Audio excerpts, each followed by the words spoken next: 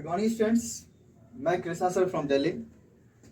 Welcome to my channel paragon English concept. हमने previous class में present perfect continuous tense discuss किया था। आज मैं आपको पास्ट इंडेफिनिट टेंस पढ़ाने जा रहा हूँ। पास्ट इंडेफिनिट टेंस का अपना कोड होगा PST-IT। PST का मतलब पास्ट होता है, बाकी IT आप समझते ही हैं। तो इसकी कंडीशन को जान लेते हैं कि जब कोई एक्शन पास्ट में होता था, अब नहीं होता है।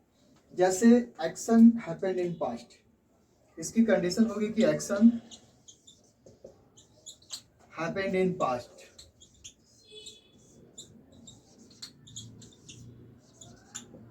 यानी जब कोई एक्शन पास्ट में होता था, अब नहीं होता है।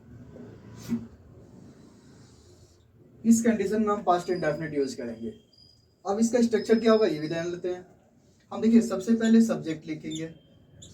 सब्जेक्ट बाद से वर्ब की सेकेंड फॉर्म यूज करना है। देन उसके बाद आपका ऑब्जेक्ट होगा और उसके बाद आपका रिमेनिंग वर्ड्स होगा।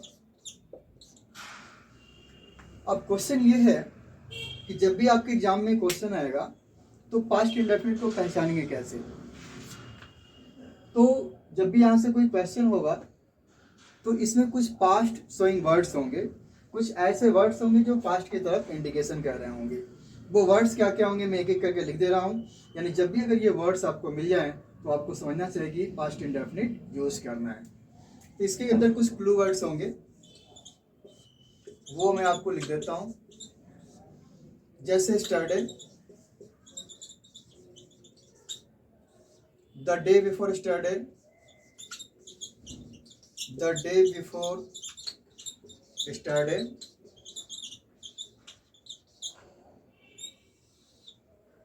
एगो, लॉन्ग एगो, लॉन्ग एगो या long before, the other day, the other day, just now, just now, just then,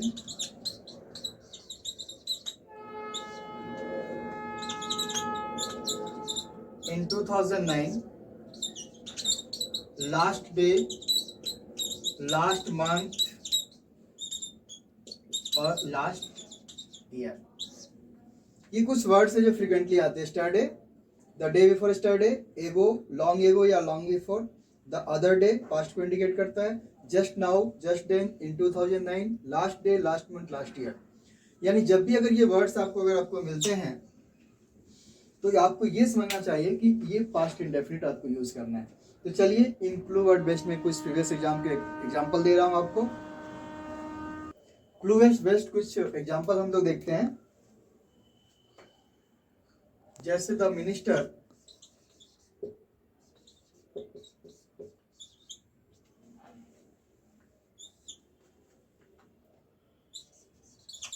the scene,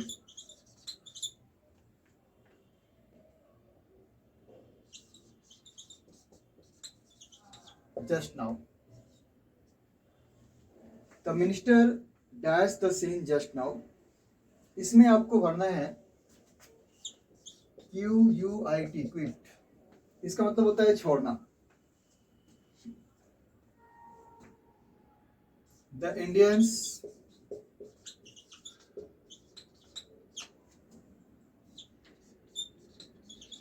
no का फॉर्म भरना है।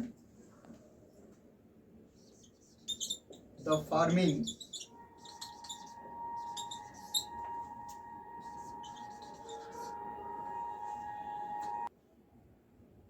the Indian does know the farming long before the Europeans.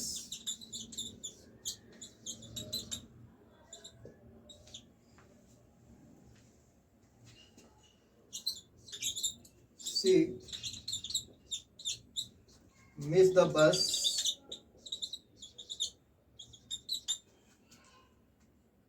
an hour ago.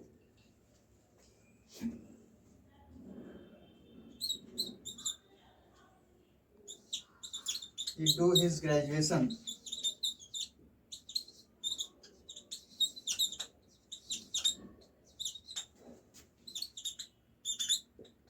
in 2009। देखिए यहाँ पे just now word दिया हुआ है, ये पास्ट इंडेफिनिट का क्लू वर्ड्स है। देखिए लॉन्ग बिफोर आ गया, पास्ट इंडेफिनिट का क्लू वर्ड्स है। एगो आ गया, पास्ट इंडेफिनिट का क्लू वर्ड्स है। इन 2009, अभी जो ईयर चल रहा है उसके बैक का जितना भी टाइम होगा सब पास्ट इंडेफिनिट पे चला जाएगा। एक एग्जांपल मैं और दे देता हूं।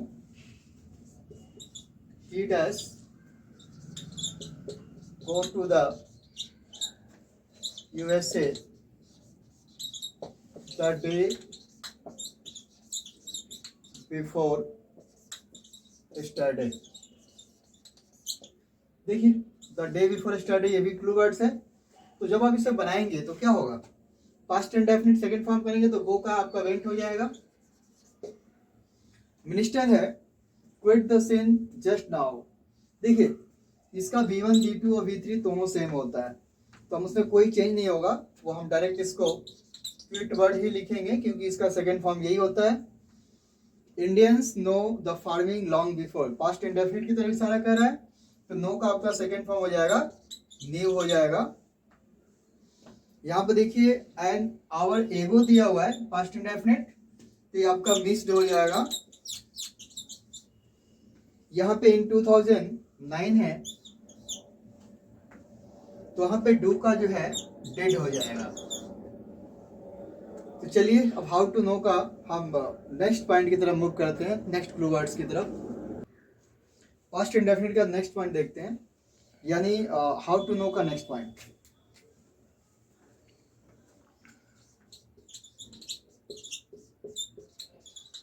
How to know PST IT,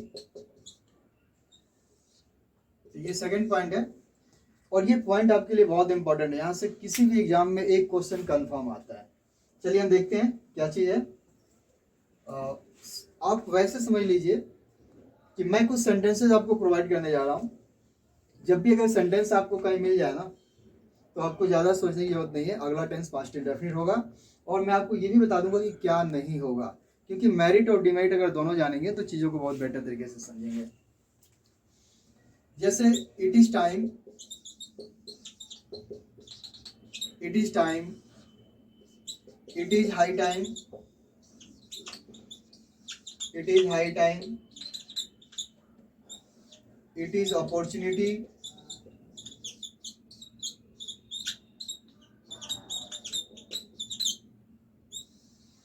it is about time,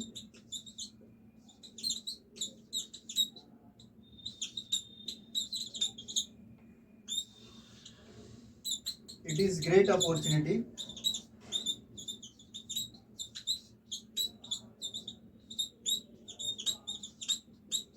देखिए ये 5 सेंटेंस है। It is time, it is high time, it is opportunity, it is about time, it is great opportunity. देखिए इस पांचों जो है सेंटेंस का मतलब होता है, ये कई बार इडियम्स एंड फ्रेज की तरफ पूछा भी गया एग्जाम में। तो इस पांचों सेंटेंस का जो मीनिंग होता है, इसका मतलब होता है कि ऑलरेडी लेट। ऑलरेडी लेट का मतलब है कि आप किसी काम को लेट करते करते अभी पास्ट में कुछ समय पहले पूरा किया, ठीक है। तो कई बार इसे इडियम्स एंड फ्रेज की तरफ पूछा गया है, तो इसका मतलब होता है ऑलरेडी लेट। अब इस सेंटेंस के बाद आपका जनरली दैट होगा, कई बार दैट देता है, कई बार कॉमा देता है। तो दैट दिया है तो अच्छी बात है, और अगर कॉमा दिया है या नहीं दिया है तो भी अच्छी बात है, क्योंकि पंक्चुएशन एरर में इंक्लूड नहीं होता है। इसके बाद का जो टेंस होगा वो हमेशा पास्ट इंडेफिनिट होगा। इसके बाद का जो टेंस होगा वो हमेशा पास्ट इंडेफिनिट होगा, और यहाँ से बहुत ज्यादा क्वेश्चंस आपके एग्जाम में पूछे जाते हैं। मैं एक एग्जाम्पल के तौर पे बता रहा हूँ कि पास्ट इंडेफिनिट होगा और क्या नहीं होगा, मैं आपको ये भी बता रहा हूँ। जैसे मान लीजिए हम एक आपको एग्जाम्पल दे रहे हैं, जैसे मान लीजिए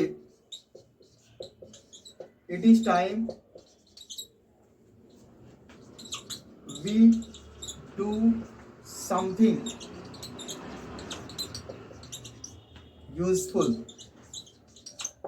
जैसे मान लीजिए सेंटेंस है it is time we do something useful. देखिए इट इज टाइम यहाँ पे दिया हुआ है, तो अगला जो टेंस होगा वो क्या होगा, डू का डिड हो जाएगा।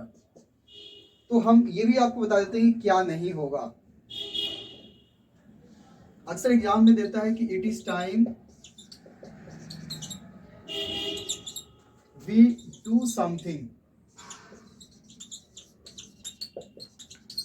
We do something useful.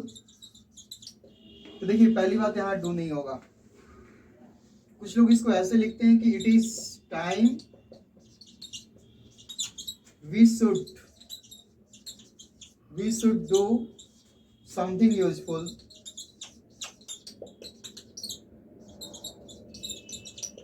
ये हालांकि अच्छा लग रहा है लेकिन ये भी ग्रामेटिकली गलत है, दोनों सेंटेंस गलत है। और एक सेंटेंस में और लिख रहा हूं जिससे आपको पता चल जाएगा कि ये भी गलत है। इसी क्वेश्चन को एग्जाम में ऐसे देगा, it is time we should have done something useful. तो देखिए आपका शुड हैव डन भी नहीं होगा, यानी प्रेजेंट इंडेफिनिट नहीं होगा, शुड नहीं होगा और शुड हैव नहीं होगा। जब भी एग्जाम में क्वेश्चन देता है तो इस पैटर्न पे देगा, तो इस पैटर्न पे देगा या फिर इस पैटर्न पे देगा, जो तीनों के तीनों गलत है। ओनली अगर होगा तो क्या हो सकता है, सेकेंड फॉर्म। बस अपने दिमाग में सेट कर लीजिएगा कि जब भी कोई sentence it is time, it is high time, it is opportunity, it is about time, it is great opportunity हो, तो अगला जो टेंस होगा पास्ट इंडेफिनिट होगा। और भी मैं आपको कुछ एग्जांपल दे रहा हूं जिससे आपको एक कंसेप्ट क्लियर हो जाएगा। कुछ एग्जांपल देखते हैं। और जैसे it is high time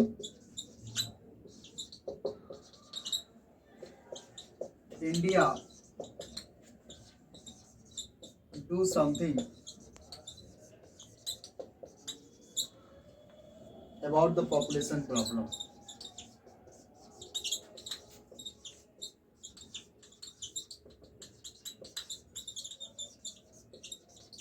About the population problem. देखिए इट इज हाई टाइम आ गया, it is great opportunity,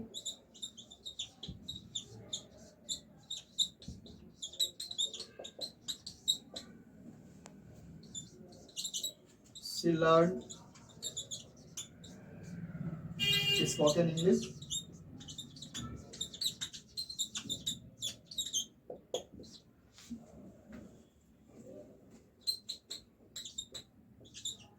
it is about time we renovate